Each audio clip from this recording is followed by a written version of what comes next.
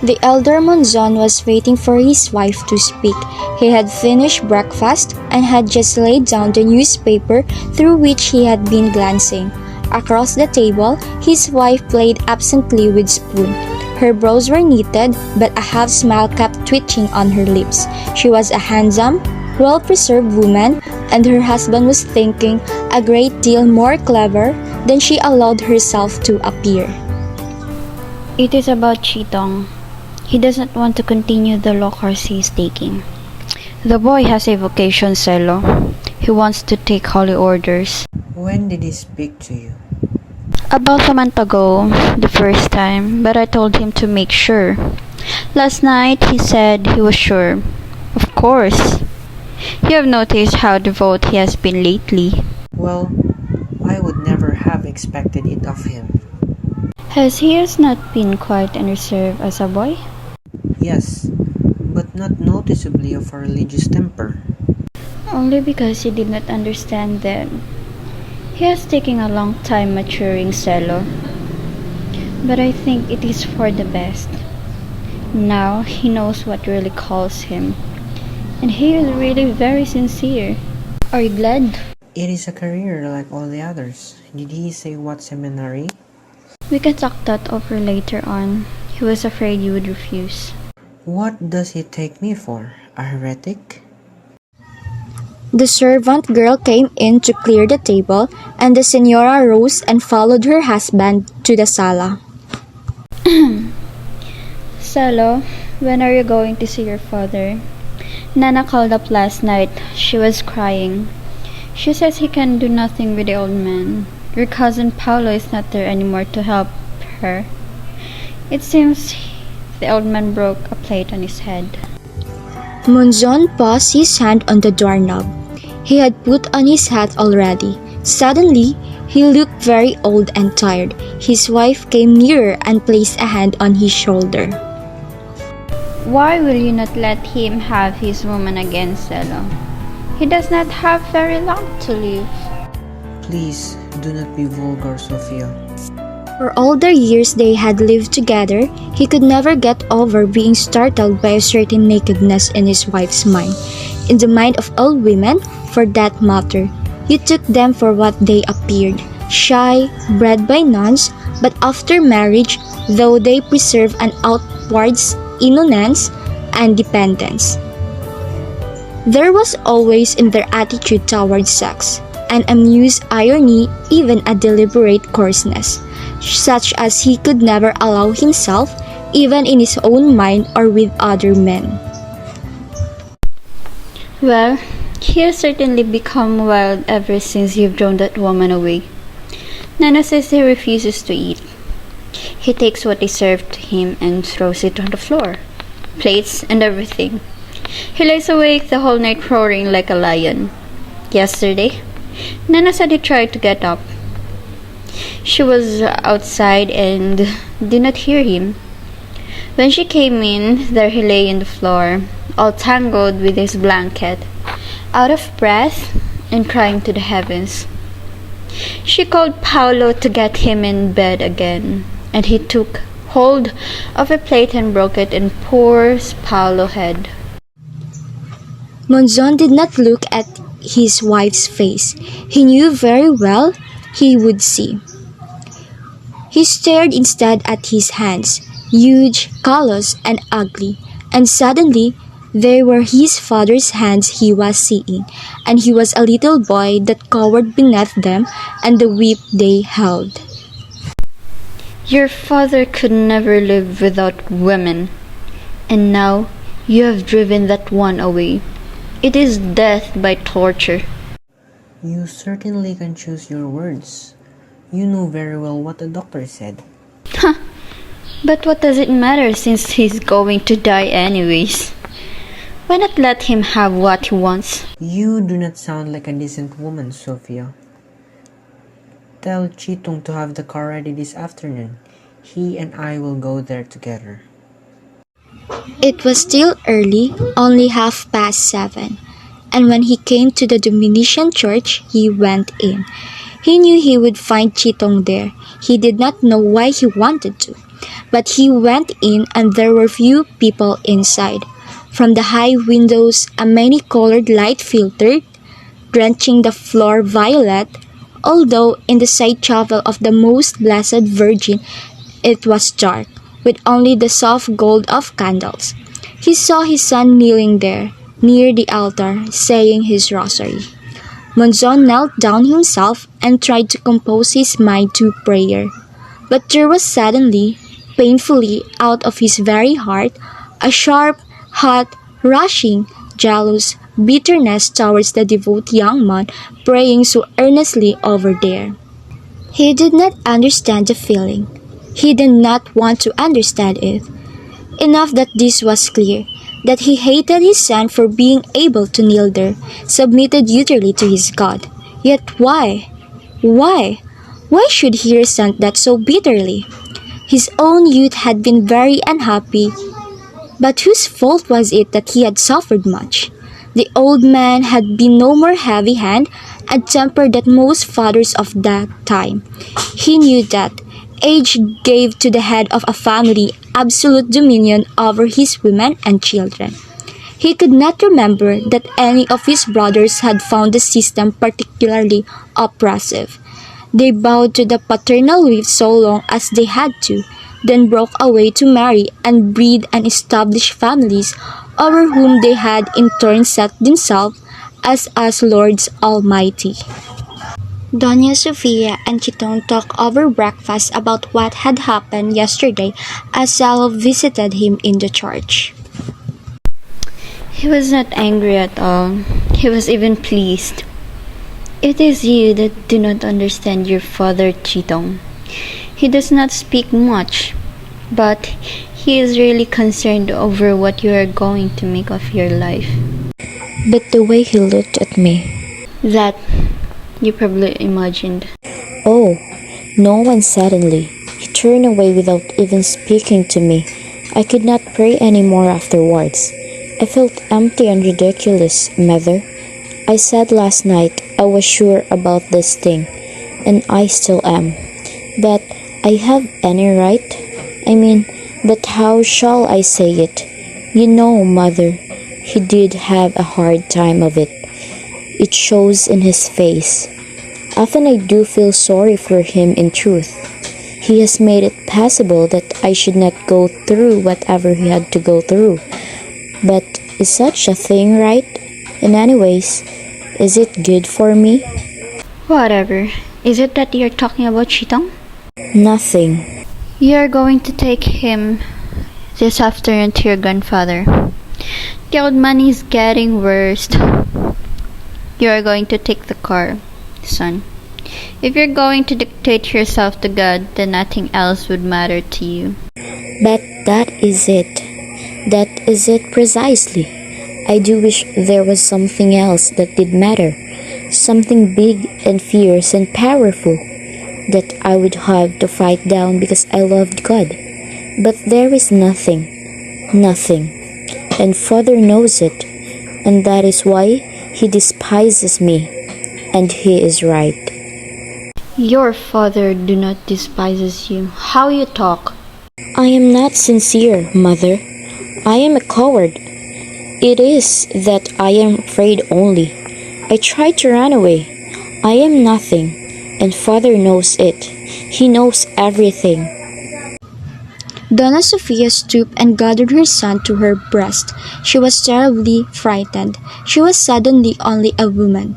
Men were entirely different and alien creatures. Yes, even this one, whom had born in her own body, this one also. It was a good afternoon for a drive. The wind that met their faces smelled of rain and earth, and in the twilight became fragrant. They were silent most of the way, for usually when they were alone together, they felt embarrassed and shy as though they were lovers. Chitong was at the wheel. The elder Monzon sat beside him, smoking a cigarette. From time to time, he found himself glancing at his son's profile. There was a difference there, he felt. The boy looked tense, tight-strung, even ill. When the darkness fell about them, they both felt easier, and the older man began to talk. That you want to enter the priesthood has been told by your mother. Are you sure you have been called? That I cannot say, Father, but I am most happy when I think of such thing. Is it that you know so much of thing? In case something else, an entirely different thing of which now you do not know, were to make you feel even more happy, what then? They are not really very many, the things you know. Is it not so? It is not that I want to discourage you, but this is very intricate matter of vocation. How would you say that you were first made conscious of that of yours? By something in you, yourself, or by something outside yourself? I do not understand it, Father. As example, when a boy, you were not particularly religious. What was it then that, as a young man, you first found so attractive in the faith? Perhaps the ritual. But only because you could read into the ritual various meanings, no? You had been extensively history, geography, poetry. Here was a Catholic ritual of which the least gesture is quick the meaning and association, and because you could read the symbols, you fell in love with the ritual. Is it not so? Perhaps in some such manner. Yes, Father. It was there, therefore, in the appeal of what are beautiful things that you discovered God. For a moment, the wall that stood always between them disappeared, and they could touch each other. I am an unclean man, the elder Monzon was thinking. But what was depravity in me and my father becomes, in my son, a way of God. And the man thought, I am something after all. I am this old man's desire that he had flesh alive. It sprang from him, began in him, that which now I will myself to be. The evening flowed with the fragrance of the night flowers and of their thoughts, but the moment passed, and they were suddenly cold and tired. They fell silent again, and shy as thought they had loved.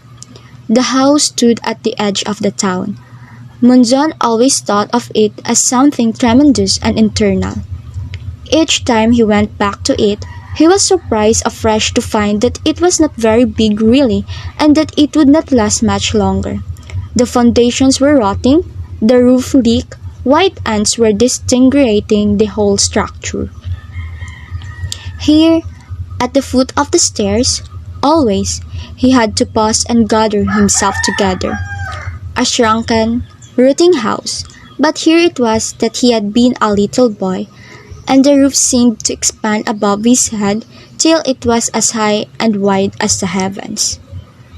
At the sound of their coming up, a little harassed-looking woman came to the door to meet them. Monzon felt sorry for her. She was his youngest sister.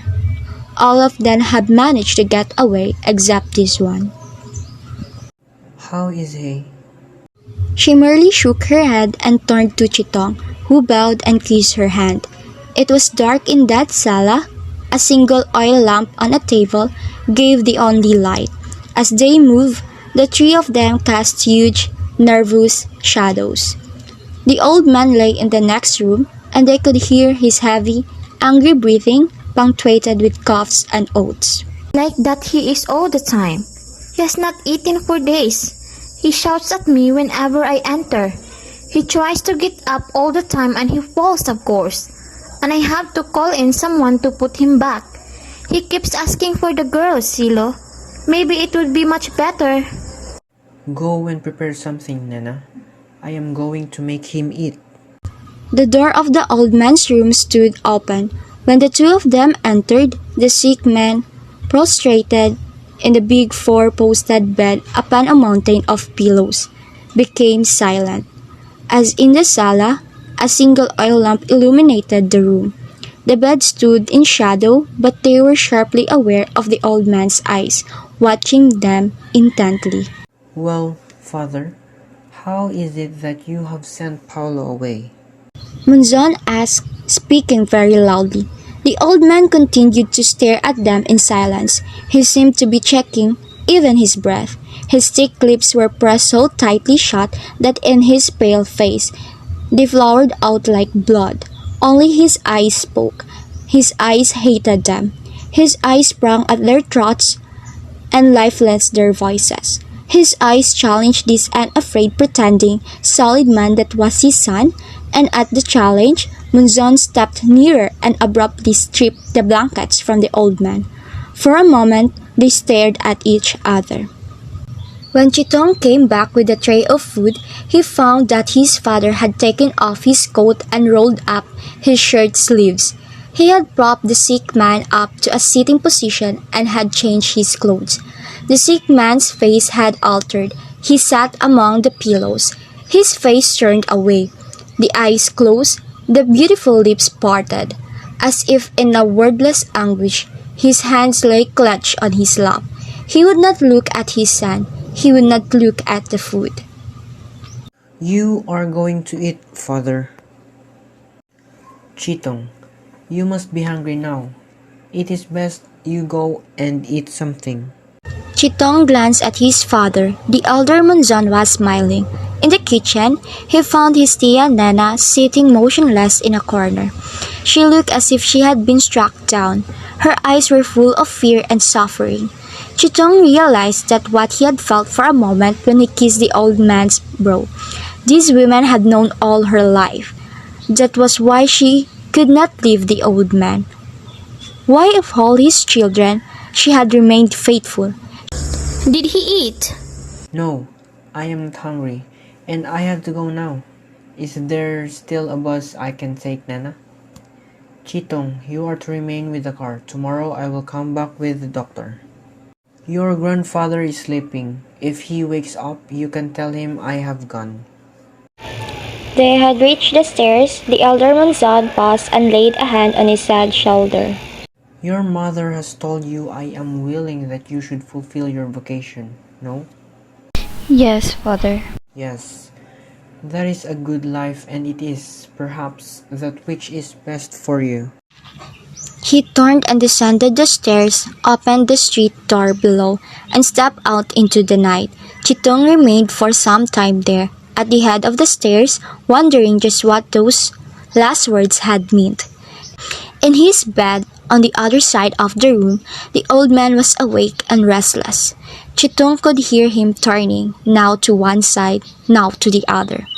His breath came in short gasps, and as if in difficulty, he reached out with his hands. He clutched at the pillows. He tried to rise. Afterwards, he became quiet.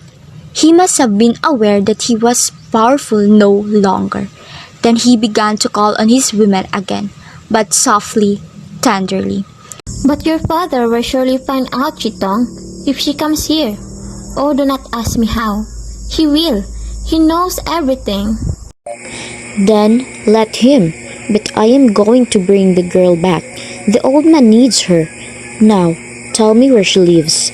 It took him almost an hour to find the house, but only a few words to make the girl come. Chitong had seen her many times before, but when she came running down the stairs and stood beside him in the moonlight, he knew that he was seeing her really for the first time. She was not very pretty and still young, but her body, her eyes, the way she moved, hinted that attractive maturity which only physical love develops. Chitong, your father has come back. He could not find a bus. You must not come. Go back at once. The girl stepped back, but Chitong grasped her hand. Do not be afraid. You're coming. Chitong, you know how it is when your father gets angry. I am not afraid. I think he suspects where it was you had gone. That is good. So much the better it is then. Come on. The elder Munzon was standing in the sala when they entered. Who was it told you to bring this woman into the house, Chitong? The girl was standing beside him, and he felt her moving away. He sprang to life. No, no. You're not to go. You must not go. So, even you, the pure one, the devout, even you. Father, if it is a sin to allow him his woman, then I will take the sin on my shoulder. I will pray that it. Release that woman. Let her go away. No, Father, she's not going. They were standing almost face to face. Suddenly, the father lifted his clenched fist and struck the boy in the face. Not in the face, Father. When Son heard the boy's cry through every inch of his body, he had never before laid his hands on the boy. The impulse to strike had come so suddenly. He tortured his mind for an explanation. He had not wanted to hurt the boy. He had a moment before desired the girl Eva, but it was not she, either, who had prompted his fist. A clock somewhere began striking 10. Nana sat in a corner, crying. A late cock could be heard crowing, and from the next room came to them the voices of the lovers. The old man's voice, tired and broken, the girl sharp and taut and passionate. No, you. I will not leave you again. I'm not going away again. No one shall take me away from you again.